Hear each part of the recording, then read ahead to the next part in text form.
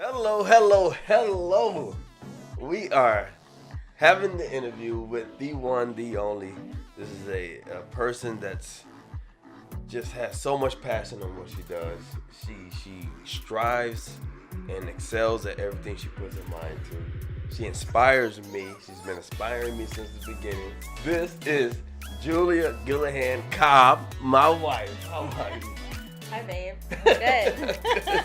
Thank you. So, coming out of school, you got your own salon. Did you get it right away? No. I started, my first salon I worked at was a Regis salon. And I chose them because I didn't have to specialize. I knew I wanted to do everything. Yeah. And it was a great place to build a clientele. Yeah. I was fortunate to have really great manager and great stylists around me. And so it was really an environment where I could grow and kind of find myself in the industry. All right. And so, how long have you had your own salon since then? I've had my salon for about 13 years now. Wow. Okay. And then, did you always want to be on the education side then? No, No. never. No. I remember seeing educators or, brand ambassadors and thinking, oh my God, they're so cool. Okay. But I never thought I was cool enough, one. Two,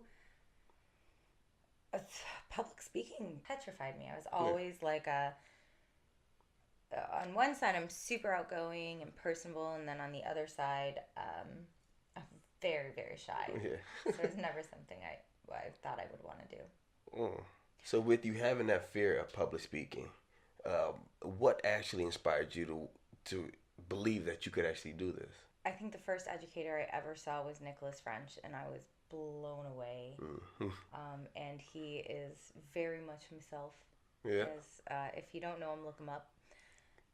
He's my grandfather, by the way. There's a story from Hawaii about that. He said I'm his grandson, and I'm running with it. Facts. Facts. But I never really thought I could do that. But it definitely was like, wow. It's the rock star of hairdressing, right? Yeah, so, right. Yeah. That's awesome. So why are you a matrix artist? I became an artist. Okay. Because I wanted to be the best. Of course. I wanted to be better than I was. I wanted that title. That's a big title. Yeah. I wanted to know everything and be an expert. Yeah. I wanted that to serve me in a way. And I wanted to learn from the best and be around the best. Yeah.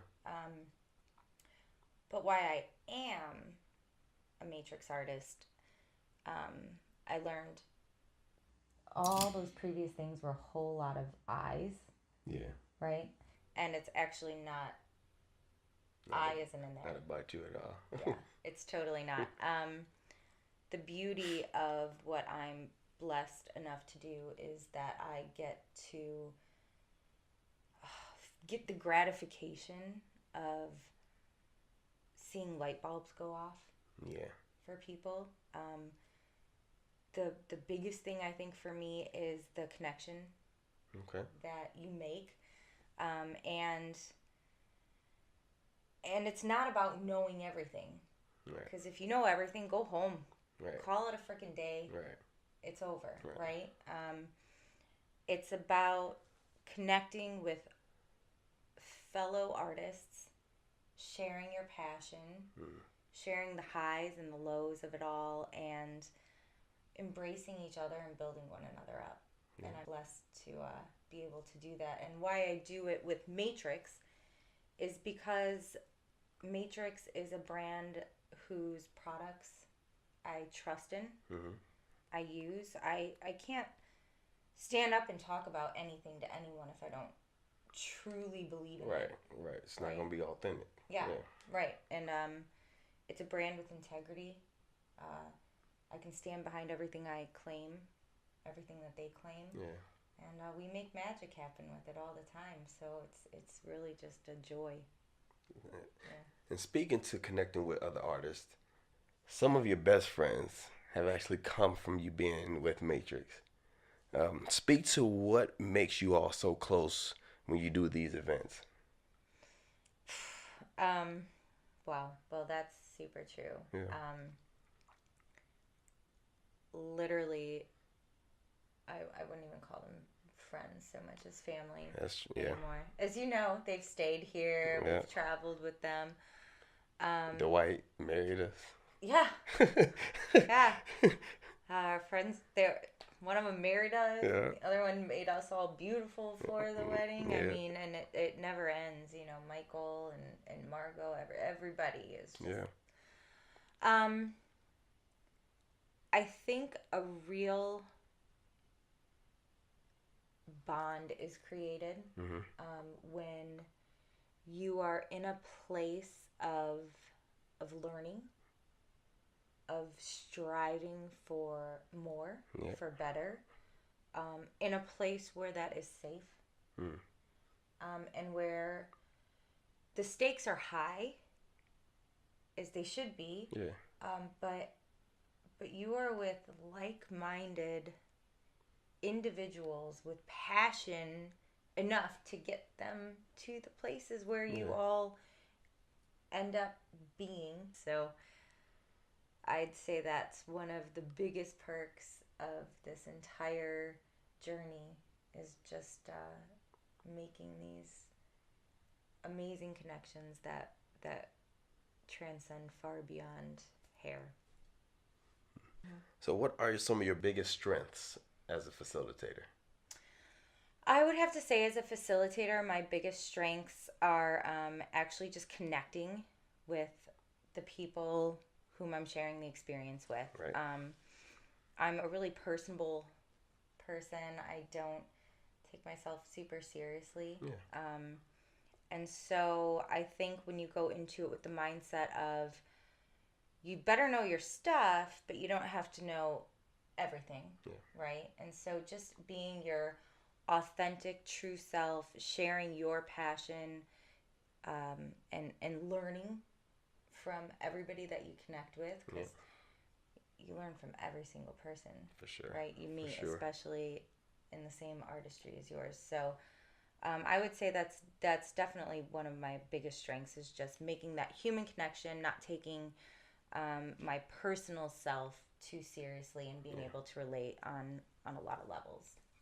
Yeah. And then as far as the hair industry, what are some of your core strengths and weaknesses? So my strengths would definitely be in color. I eat, sleep, breathe, and dream color. This is true. Yeah, it was always my first love with hair, for sure.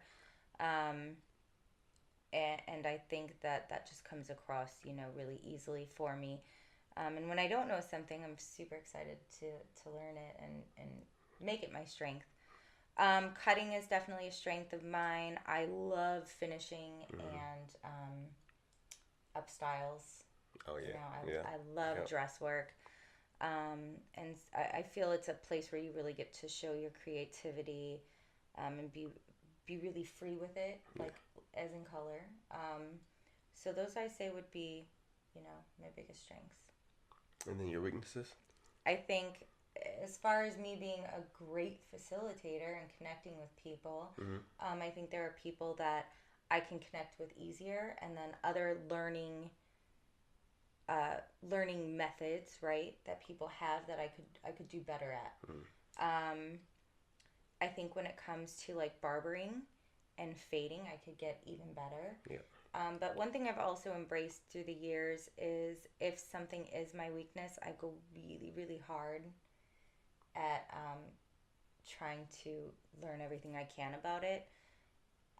And that's my way of fighting that. So as soon as, I say something is a weakness, might not be my strongest point, but I'm already running full force at it to become less afraid.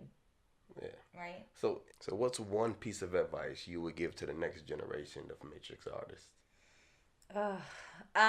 Well, I would say, don't take yourself too seriously. But in that, take your job super seriously. Yeah. Right? Take what you're doing seriously. Take the time to know backwards, forwards, inside out. Wake you up at 4 a.m. You can recite it. Know your stuff. Mm-hmm. And if you're anything like me, which you might not be, but I have a personality that you're going to know it when you see me. I'm goofy. I'm not very, poised all the time. I think I'm hilarious. I know you don't. A lot of people do. But if you know your stuff, then you allow that uniqueness of you to shine through. Yeah, very true. And while behind the chair, that fake it till you make it thing. It's in a lot of industries, they say it. But you can't do that with a hairdresser. No. I mean, not that I ever learned that firsthand or anything. Yeah. But and it's okay not to know everything. Right. Right. That's a beautiful thing. Yeah. But know what you're doing. Know what you're getting up there to present, and then you gets to shine through. And it's a beautiful marriage. And just, if you don't know something, that's awesome. Say it. I wish I knew that sooner. That it's okay to say, just to ask, I don't know this. What is it? And none of us know everything. Yeah. And so it was a really funny game I played, thinking that I was, fooling people into acting like I knew everything already when I knew nothing. So just knowing what you know, being prepared. Yes. And then through that preparedness, you are able to let the beauty of you shine through, and whatever that is. And we're all so different. That's why it's so cool. That's why it's the coolest industry. Yeah. I'm totally dorky. I want to be one of those super cool girls with all the tats and just super badass. You ain't got the pain tolerance for that. No, you really don't. But my dorky is my cool. Yeah, that's right. So we are always on this continuous strive for greatness, right? Yeah. With you being around some of the people that you admire, like the Nicholas Frenches, the Leah Sturks, the Chris Bensons and Daniel Rodans, what else have you learned that can put you on the path for greatness? Such a loaded question. Yeah. Just those names. Well, I have learned, I'm continuing to learn so many different things from these different people. But one thing I know is on your path to greatness, be authentic to yourself, and study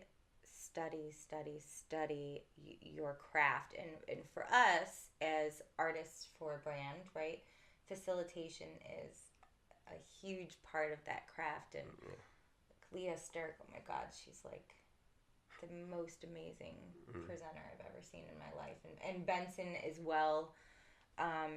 Nick French is just and they're all geniuses as well. I love Nick's. His passion just oozes out of him, and he's goofy. He's a brilliantly amazing, authentic artist, and I love watching Daniel because he's so concentrated, and he's so good, and he's so precise in his craft. And the list goes on and on. I'm inspired by just pretty much everyone I've worked with has taught me so much. It's such I think that's the coolest part about it. You're around the best of the best, but you also realize that we're all just people who are in love with what we do and constantly growing and constantly building. And it's an atmosphere of camaraderie, right? It's not... everybody just wants everybody to grow. Yeah. And it's fun. Yeah. So it's awesome. So good. So ending the interview, we got one last question. Okay. What is one sentence that you want the Matrix community to say about you when you're done? What's your legacy within the Matrix community? And what do you want it to be? I guess my legacy would be that I was 100% me, and I had a lot of fun while mastering my craft and growing always. It's a run-on sentence. Hey, that's good enough for us. Thank you so much, Miss Gillihan-Cobb. I appreciate you. And you all have a good day.